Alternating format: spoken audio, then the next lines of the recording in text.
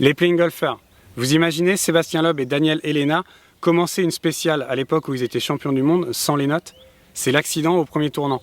Au golf, c'est pareil, une bonne reconnaissance, c'est l'assurance d'arriver sur le parcours en pleine confiance.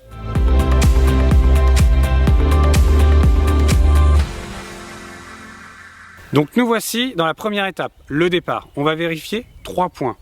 Tout d'abord, le vent dominant, essayer de voir d'où il vient.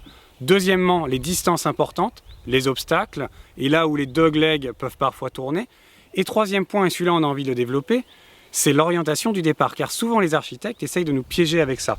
Et là, sur le trou numéro 16, on voit que, en effet, le départ est plutôt orienté sur les obstacles de droite, un bunker et de la brouillère. Du coup, on va faire attention, on va le noter dans le carnet, pour faire attention à notre alignement et s'aligner vers la gauche. Quand je suis sur le fairway, les playing golfers, 2 choses. Tout d'abord, je regarde en arrière. Pourquoi? Pour confirmer que la zone que j'ai choisie au départ est effectivement la zone la plus large, la plus safe, ou alors celle qui correspond le mieux à mon jeu et qui me mettra le plus en confiance. Et la deuxième étape, je regarde vers l'avant, et à ce moment précis, en ce qui concerne le green, je vais prendre des informations très larges. Comment est-ce que je ressens l'attaque de green? Est-ce que je vais mettre un effet? Est-ce que je vais jouer le milieu du green? Est-ce qu'il me fait peur? Est-ce que je le trouve atteignable?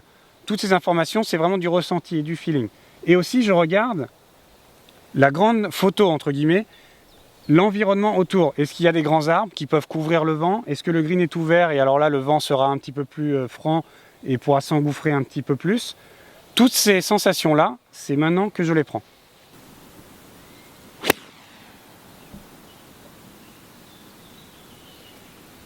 Une fois que j'arrive sur le green, les playing golfers, je vais avoir des informations un tout petit peu plus précises à prendre.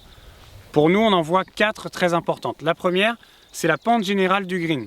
Là, on voit que le green va monter jusqu'à la moitié et ensuite descendre vers le rough. Donc il va falloir faire attention.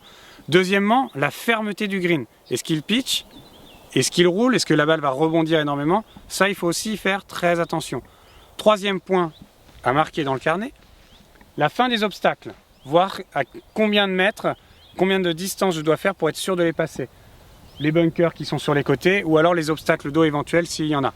Et dernière chose, pas des moindres, les probables emplacements de drapeaux qui me donneront des zones pour lesquelles je pourrais être agressif sur ce trou, l'entrée du green, et des zones sur lesquelles il faudra que je sois un tout petit peu plus défensif, plutôt le milieu du green. Si le drapeau est au fond du green à gauche, avec la descente, le bunker et la butte du milieu, j'aurais pas envie d'attaquer ce drapeau-là.